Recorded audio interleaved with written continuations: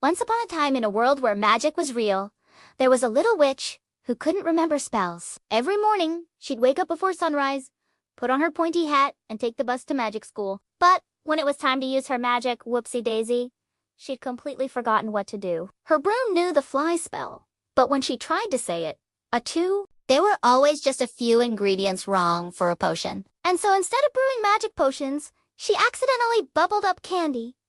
Yuck! That was no good. She tried and tried, but every time she used her magic, it fizzled or flopped or turned into something silly. So she started feeling very, very sad. Maybe I'm just not a real witch, she thought. One day she ran home from school with tears in her eyes. That's when she heard a knock at the door. "Who's there?" she called out. "It's me," said a little field mouse. "I'm so glad you're home. We need your help. A big storm is coming, and we're all in danger. The rabbits, the squirrels, even the grumpy old troll under the bridge.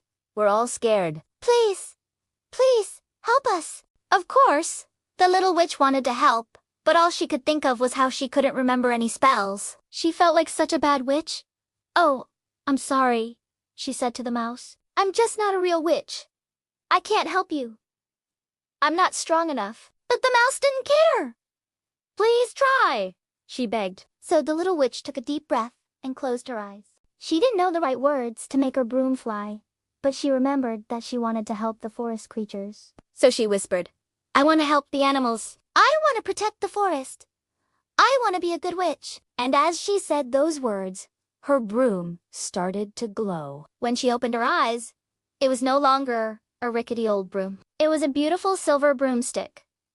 Whoopee. Then she flew off to see what else she could do. As the storm raged all around her, she saw that the river had overflowed and was rushing toward the rabbits' homes. She didn't know the spell to stop the water, but she did know that she wanted to protect the rabbits. So she took a handful of dirt and yelled, "Stop, you dirty water.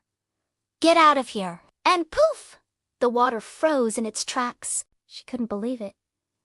She actually did it. She helped the rabbits and the squirrels and even the grumpy troll. And as the sun came up the next morning, all the forest creatures gathered together to thank her. "You really are a good witch," the mouse said. "You don't need spells to be a real witch. All you need is a kind heart." And from that day on, the little witch knew that the best magic of all was the magic that came from her heart. The end.